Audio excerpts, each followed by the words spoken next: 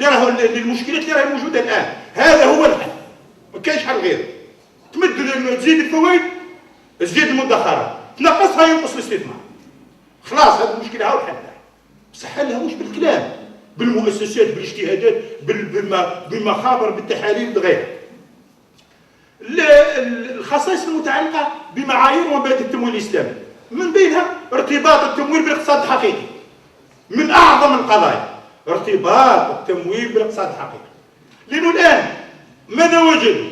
لقوا الاقتصاد الحقيقي لا يساوي الا 10% من الاقتصاد العالمي.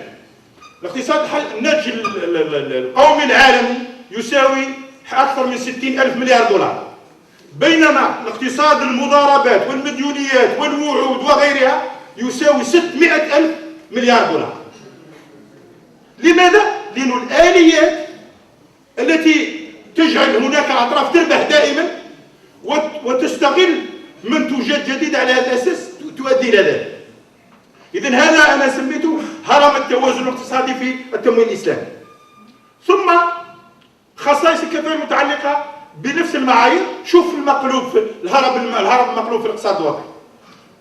الاقتصاد الحقيقي شوية، بينما كلها اقتصاد مديونيات واسهم ومشتقات المشتقات ورهونات وبيوع كوعود، تجارة الوعود. هذا دار عليها كتاب لو كوميرس دي بروميس. انت تجارة الوعود قاعد هنايا في صالة كيما هذه ويدي في المليارات من عند الجماعة، وعند بالو والله ما شاء الله اقتصادي والله ناشط خبير مالي كبير. والامم ضايعه كي نقولوا هكذا، مش الامم عايشه في سعاده وحنا نقولوا هذا الكلام. معيار ارتباط التمويل بالحركيه التجاريه الحقيقيه، بمعنى ان التمويل يرتبط بالحركيه التجاريه الحقيقيه. اذا كان رابح، اذا كان كلها ترتبط بحركه، بمعنى بحركه اقتصاديه، مش بحركه وهميه صوريه وعوديه، لا. خصائص معيار اخر، معيار والله من اهم المعايير، صح احنا هنا نخليو الامور تاعنا. المشكله هو هنا انه معيار المصالح. وين هي المصالح الحقيقيه؟ انواع المصالح. انا قلت الانواع الاستثمار المحقق للمصلحه المتعلقه بالاولويات في المجتمعات الاسلاميه والانسانيه ككل. لكن انت تنتج الغذاء ولا تنتج مثلا اشياء اخرى مضره بالصحه. اشكال الاستثمارات كلها تتجه الى في اطار ضوابط استثمار معينه، احنا نسميو هذه نوظفوا فيها في التحليل وفي الدراسات ضروريات، حاجيات، تحسينيات. مش ممكن انت تنتج بالكماليات والناس محتاجين الخبز، والناس محتاجين الدواء، والناس محتاجين التعليم. لانه الفقهاء يقول حتى الجهل والجهل عندهم كالهلاك. اذا كان جهل تسمى العميد. معيار المشاركة في نتائج العمليات الاستثمارية، بمعنى أنه كل حركة في المالية الإسلامية ترتبط بأنه الأطراف كل تتشارك. وكاين معيار آخر، معيار الوضوح والشفافية. احنا هذا وين نتكلموا شفافية دولية وقال المعايير الدولية، لا، الوضوح هذه الأصل في الأموال. الشيخ محمد طاهر بن عاشور تونسي، كاش واحد تونسي أو ما كاينش تونس، تحية تونس. الشيخ محمد طاهر بن عاشور كتابه مقاصد الشريعه الاسلاميه، في داير مقاصد الاموال. من بين المقاصد، مقصد من المقاصد الاصل في الاموال الوضوح وانكشاف الثروات ووضوحها وبينونيتها. منين راك تجيب كسع الراس والعين؟ اذا هذا الشكل مش شرط نزيد نتكلم عليه. ثالثا، هذا العنصر الهام كفاءه التمويل مرتبطه باحتواء الازمات. احنا تنجح الماليه الاسلاميه، والله اي ماليه اذا كان هناك استقرار اقتصادي، استقرار مالي، كي نقول استقرار ديناميكي، استقرار متحرك. ما هي الجوانب التي ترتبط بكفاءه الماليه الاسلاميه في هذا الجانب؟ نذكر مثلا بعضها لانها عندها علاقه بخصوصياتنا الاقتصاديه. انا قلت هنا الكفاءه التمويليه للادوات التمويليه الزكويه في احتواء الازمات. بصح كاين واحد يقول لي والزكاه واش راح دير؟ وهل الزكاه فيها قيمه كبيره؟ الدراسات تؤكد تقول قيمة الزكاة في المجتمعات الإسلامية تتراوح بين 2.5 على الأقل 15%. قال 2.5 ممكن دولة تكون شوي فقيرة شوي ما عندهاش موارد، إلا الدول اللي تكثر فيها الموارد وفوائد حتى توصل كما الخارج ممكن توصل ل 15%. تصور كون نديروا 2.5 من الدخل القومي في المغرب ولا في الجزائر ولا في تونس ونطلعوا الحسابات، تحريك هذا 2.5 هذا 5.5 هذا 10.5 بأشكال التحريك المختلفة للثروة يأثر في الأزمات الاقتصادية، يقلل منها ولا يزيد منها. لذلك قلت أنا راح نتناول هذه القضيتين في ما يلي. الكفاءة التمويلية للأدوات الزكوية في حالات مثلا التضخم النقدي، ممكن كاين جمع نقدي لحصيلة الزكاة، جمع مسبق لحصيلة الزكاة، وتغيير نوعي لنسب التوزيع، وهذه كل موجودة في الفقه. احنا رانا ناخذ الفقه ونوظفوه. الآن هل هو من مذاهب مختلفة والله من مذهب واحد؟ احنا نستفيد منهم كلهم. بالنسبة للأدوات الزكوية في حال انكماش وركود، كاين الجمع العيني، كاين تأخير جمع الزكاة، وكاين زيادة الإنفاق الزكوي. تصور أنت تحرك مثلا في الجزائر والله قال أنا نحرك 15 مليار دولار، والله في المغرب قال نحرك 3 مليار دولار، بالطريقة كما تأثر في الاستقرار، تأثر في الاستقرار. وهذه تأثر معناها تأثير تكاملي مع أدوات المالية الإسلامية الأخرى. هذا الشكل يعني تلخيص لما قلناه في حالات التضخم في حالة الكماش، وفي حالة التوازن تكون الأمور عادية. في حالة التوازن تكون الأمور عادية.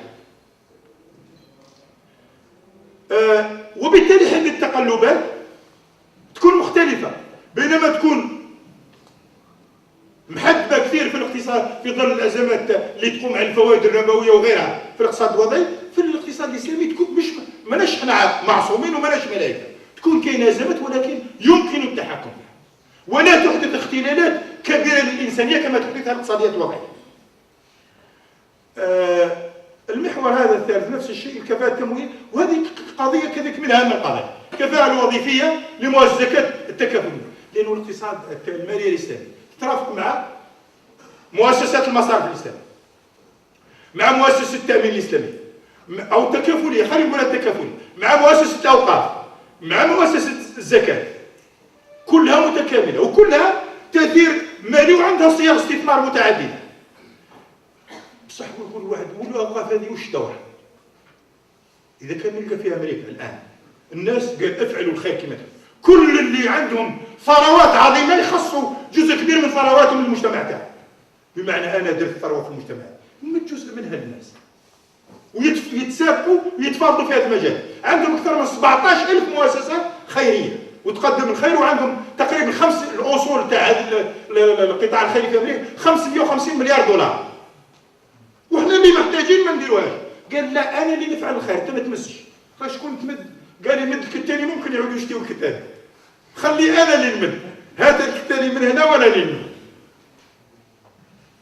لذلك عندها تأثير كبير لأنه مؤسسة أوقاف كذلك تأثر، وعندها استثمارات، كاينة صناديق وقفية متعددة وممكن بإمكانها تأثير تأثير كبير في الاقتصاد الوطني، وتأثر حتى على الحركية الاقتصادية. شوف ايش تأثر على الاقتصاد، تأثر في هذه الجوانب كلها، حجم دور الدولة يقل، شوف المستشفيات ومؤسسة التعليم وكثير والقاعدة الهيكلية وكثير من أشكال الدعم والفقراء كلها كانت تابعة للمستوى، كلها تقريبا، والعلماء. واحد قال العالم يا أخي أنت وش داك العالم عنده مؤسسة مستقلة ما تمد له ما يمدك، من أصحاب الخير، وحتى وصلوا كما يقول الملك النبي إلى درجة الأناقة الحضارية، والله يوقف حتى على أشياء تقول هذا كان ذاك الوقت وإحنا الآن اش غندير.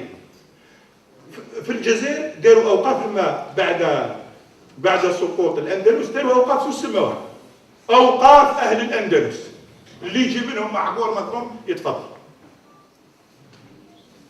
راني على وشك الانتهاء باش نحكم الدقائق اللي اداهم لي الفقيه. ها؟ الكفاءة التمويلية خلاص أنا ماذا بيا.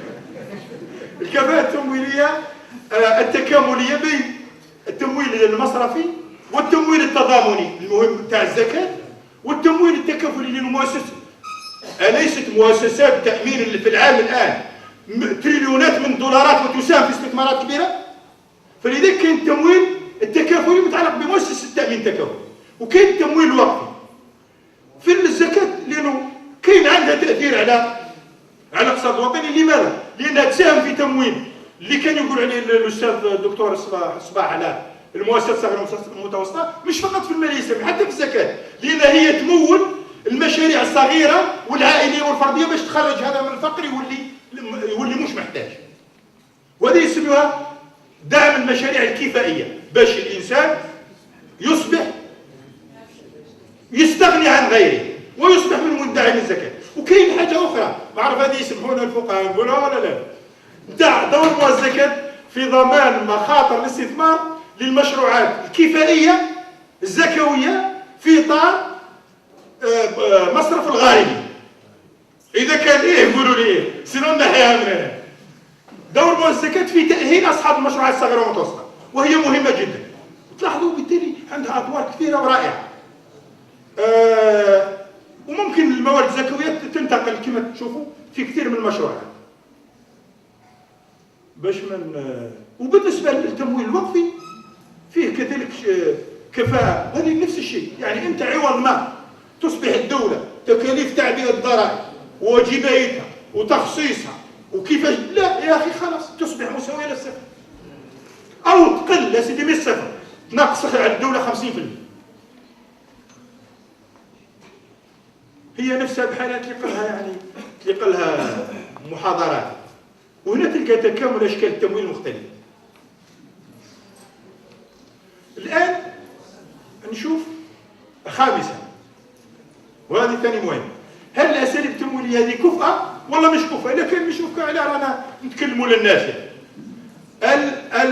التمويل التقليدي يقوم على الفوائد المسبقة المضمونة للذين لهم موارد، بينما التمويل الإسلامي يقوم على نتائج العمليات اللاحقة للنشاط الإنتاجي أو الاستثماري أو التجاري، وبالتالي لا يشترط أن تكون له ثروة أو ضمانات مرهقة أو فوائد مسبقة. السيد مازال ما بداش، بعد عام تقول له هاي عندك 110 ملايين، إذا كانت فايدة 10 ملايين، لا هنا يقول لي لا.